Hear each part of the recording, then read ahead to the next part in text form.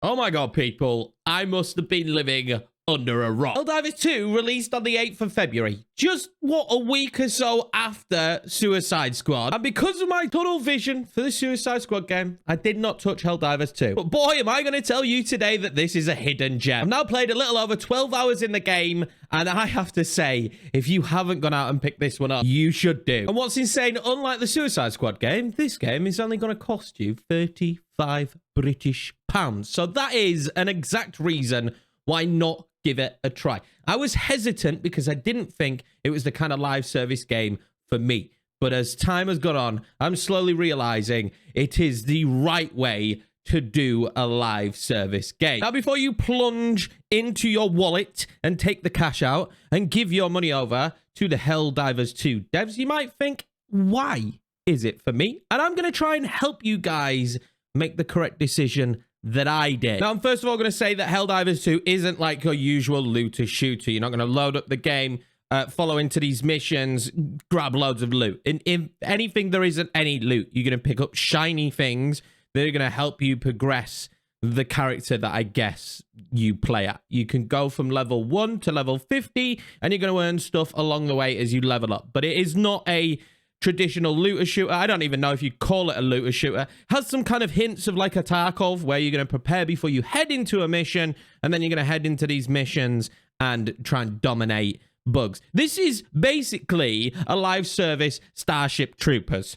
That sold me right there. If that hasn't sold you, let me continue. Now, before I get into like the nitty gritty of the gameplay and, you know, it's like Tarkov, it's like live service looter shooter, we can liken it to pretty much nothing because it is of its own. So when you buy the game and you start it up, you're going to do a tutorial. Like most games, you're going to do a tutorial. And because we have recent memory, I will talk about the Suicide Squad tutorial. This is not hate against that game. I want that game to succeed, but this is Helldivers 2 now. So let's focus on that. But for a second, if we look at the Suicide Squad tutorial, or a lot of games tutorials, a couple of hours, sometimes extremely tedious, extremely boring. If you've ever played a game before, not needed. You might need to know some nuances of buttons, but if you've played a game before in your life, 9 times out of 10, these tutorials, they're just boring. Helldivers 2 tutorial was not boring. I found this extremely fun. Honestly, the little humor and quips in it that were going on throughout of this small tutorial does not take long as well, which was probably one of the biggest selling points the tutorial had to me, was the speed of which it teaches you about just the basics that you're going to need to know about the game. It doesn't hold your hand too much, and I don't really like games nowadays that hold your hand for a long time. I think we had it recently with Spider-Man 2. I think the tutorial or the prologue or whatever you want to call it was like 2, 3, 4 hours long. There's a lot of games like that now. Assassin's Creed's, Valhalla's, apparently it's like 10 hours. Helldivers 2, about 20 minutes, if I remember correctly. It's going to take you through this fun tutorial, teach you the little basics and nuances about the games, like the stratagens, so on and so forth, how to call them down, which the stratagens are super cool. But anyway, we'll get into that in a little bit. Tutorial, great. Loved it. Gets you straight into the action. That's teaching you about the world, and you plunge straight in. Now, I'm going to be honest with you, in the 10, 12 hours that I played the game so far, maybe my inner Starship Trooper fan has taken over, and I've only fought against the bugs. But there are giant mechy robots that you can fight in this as well. So let's just remember that there's not just 2 types of enemies, and there is another type of enemy along the way. So there's already quite a bit of depth in that, but who doesn't want to be a real life Starship Trooper? Honestly, I'm living out my dream. So after the tutorial, you're going to be brought over here at some point. I can't remember when it happens, but you get brought over here. Now, you're going to have different mission difficulties as you play through. You're going to start at trivial. That's going to be your tutorial mission. It's not a tutorial, by the way. It's just a mission. You can keep doing trivial missions. Just the XP and the loot grind on it. It's not very good, so there's no point to continue doing the trivial mission. Don't know why I went proper posh there. Then you're going to move up to easy once you complete a mission on easy. You're going to go medium once you do one on medium. You're going to so on and so forth, right? That's what you're going to do all the way up to Helldivers, which will we ever get there? Probably not. This game is difficult. I'm at hard right now, and it is hard. I haven't completed the 3 missions I need yet to move up to the next challenging level, and it's difficult because at level 7, hard is hard. Because you're going to need to go through and unlock stuff in order to make it easier. I might do a video on what stratagems for new players to kind of hit first, because I'm definitely realizing that there are certain stratagems that as a solo player are going to help. But I will say one thing. The matchmaking in this is great in terms of it's very easy to matchmake. The player base is huge. It's way bigger than Suicide Squad. But the player base is absolutely massive right now. There's tons of people playing the game. You will not struggle to matchmake, but the servers aren't great. They aren't. I've been kicked sometimes. I had one mission earlier that I was playing. The entire squad just wiped. They just disappeared out of the mission I was doing. I was doing a very challenging mission that I was not well equipped for. And I had to sprint for the extraction because there was no way I was leaving behind all that money and loot. Now, speaking of money and loot, you are going to be brought to this ship, right? This is your ship. Name your ship what you want. This is your ship. I thought that was cool that you get to name the ship. I don't know why. I just thought it was cool. You're going to come over here, and this is going to be key to you. Now, I want to point out first what stratagems are. Let's do that first. That makes sense. By the way, this is the first time I've done this kind of video, so round of applause for me. Hit subscribe as well. We'll greatly appreciate that. And I'm going to fumble my way through it. Now, the way stratagems are going to work, and it is super cool, is you're going to get into a mission, and then this is kind of going to be what you call it. Now, at the start, you're going to get one that is the machine gun. This is going to be a weapon that you actually use a hell of a lot at the start of the game because it's a free stratagem that you get. You're going to be shown how to do this. You basically tap the bumper and you input a code on the D-pad. Now, I'm playing this on PlayStation. This could be different on PC. So don't at me, but on PlayStation, this is such a great use of the D-pad. I've never seen a better use of the D-pad, if I'm being honest. I don't think anyone will be able to give a moment that there has been a better use of the D-pad. You type in a select code of buttons. It's like putting in cheats back in the day. If anyone played Grand Theft Auto back in the day, you just tap a few buttons. There was specific ones, and they would give you cheats to the game. But once you tap in those buttons, it's going to drop a little pod from the sky, and that's going to present to you whatever you want, depending it be the machine gun or other stratagems that we will get into now. But that strategy mechanic is huge for me, right? It's huge. It's great fun. There are different types of stratagems. You're going to see them here. Now, you're going to unlock these as you level up. I want the flamethrower, but level 10, I'm not quite there yet. I feel like we'll be there maybe by the end of my session today, but I want to be level 10 because I've started to find as I go up in difficulty, you're going to level up a little bit quicker. You're going to make a bit more money. R's, I don't know what they are, but the R's at the top here, you'll see this is kind of the resources. There's some stuff that you'll get in the game. We'll go through it later. But anyway, so you're going to get these stratagems. You're going to be able to call them in. Some of them are going to be weapons. Some of them are going to be direct attacks like the orbital cannons. You know, have stuff from the hangar, which is basically a jet sweeping in and just blowing a load of stuff up. I mean, it's cool. Well, you get to blow bugs up. Who doesn't enjoy it? The jump pack looks really cool, so I actually want that one. But you can pick and choose. You could be selective because money is tight. We are going through a recession, people. Money is tight, right? Cost of living and all of that. We need to be careful on what we spend our R's on, all right? So I'm being very selective right now and picking the ones that I think are going to help me right now. Like I went with the minefield because I was doing a lot of missions on my own, and this is quite a good defensive thing to put up. I was playing with my mates. I might go supply pack. Don't have any mates that play this game, but if I was, I might go supply pack because then I can help out my mates as time goes on. The laser cannon, it looks good. I'm just not willing to commit to spend on some of these things. But anyway, I could go on for ages. I got the machine gun century, but this is cool. So this is what you do. You're going to go out there. You're going to farm.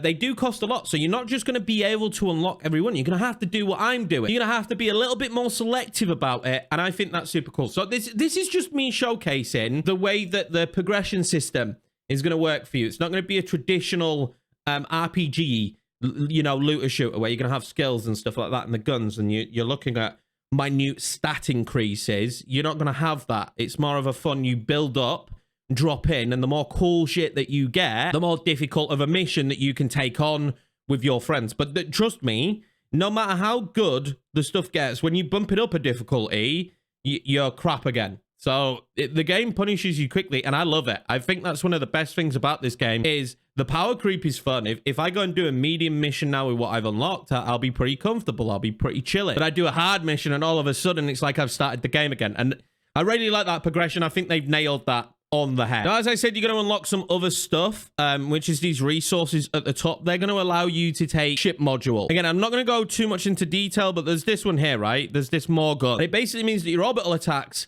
will fire one additional time. So stuff like that is cool. Like there's only one I've taken so far that I've been able to grind for, and that is this detonation access license. And basically it means whatever drops with full mags, fully set instead of you always had one missing before. So I'd have to do a supply drop into this coming down, whereas now it comes down fully loaded, ready to go, with as many opportunities for me to shoot the hell out of the bugs as possible. After all, we are doing this for democracy, but the things there at the top right of me, they're going to be what you find during the missions, the samples and stuff like that. So they're going to be super important for you to find, and sometimes I've risked my life to find them, but they're just going to help you upgrade this stuff. This is going to be a much slower progression path than what the stratagems is. Now, don't worry.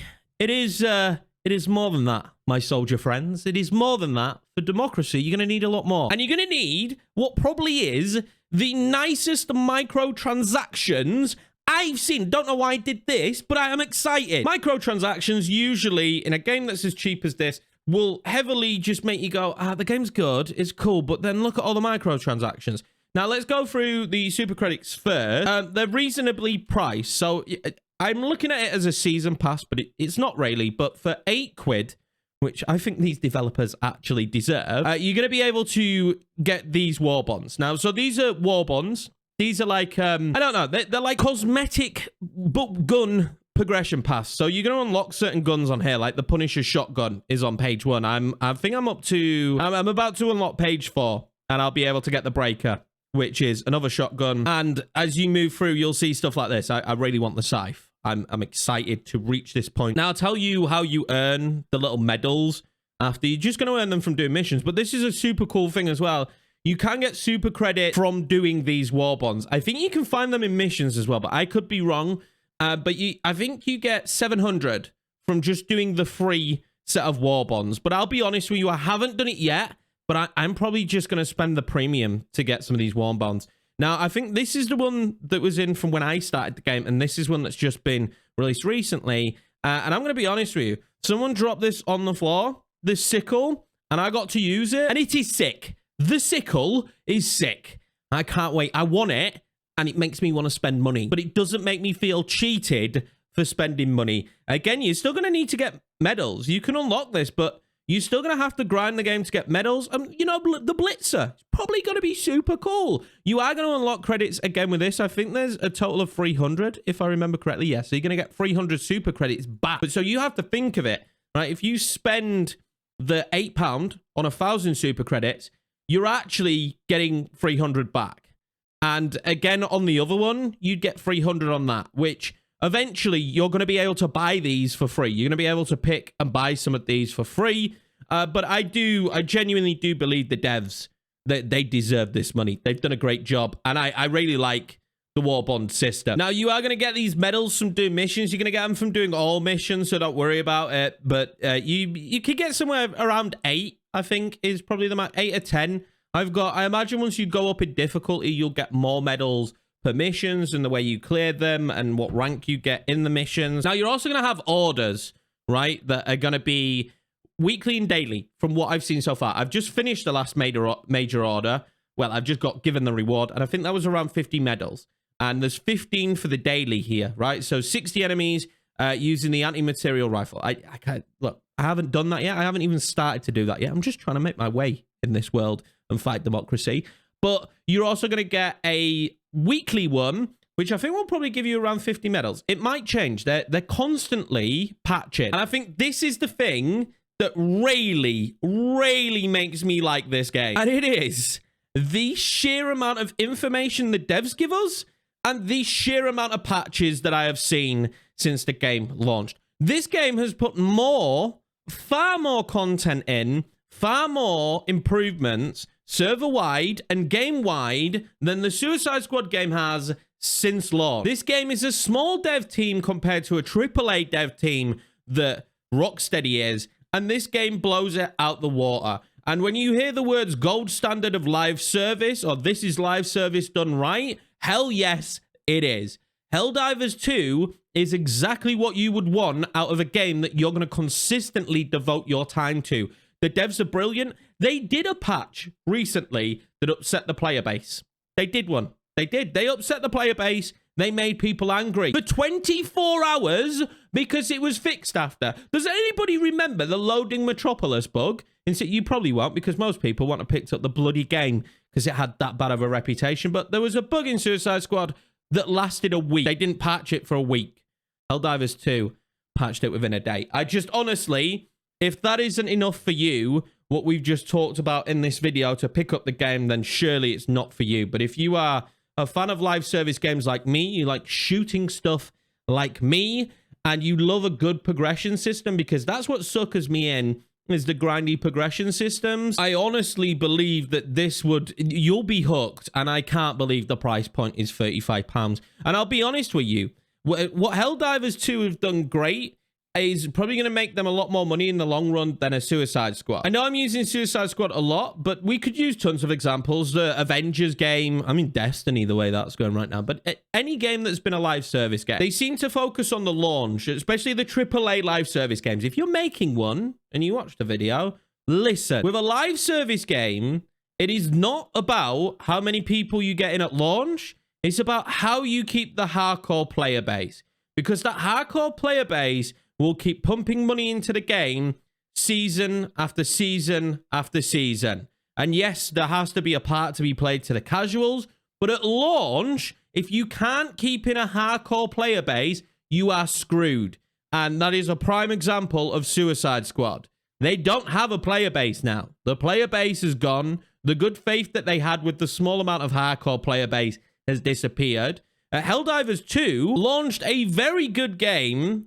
I don't know if they had the delays that a Suicide Squad had, and they've kept this hardcore player base, and then tons of other people have followed in. They've followed suit because the game is bloody brilliant for the price point as well. I honestly, pick it up. If you haven't already, I didn't think I was going to like it without there being loot drops, but I'm loving it. I can't wait to unlock new stratagems. I can't wait for them to bring new stratagems to the game.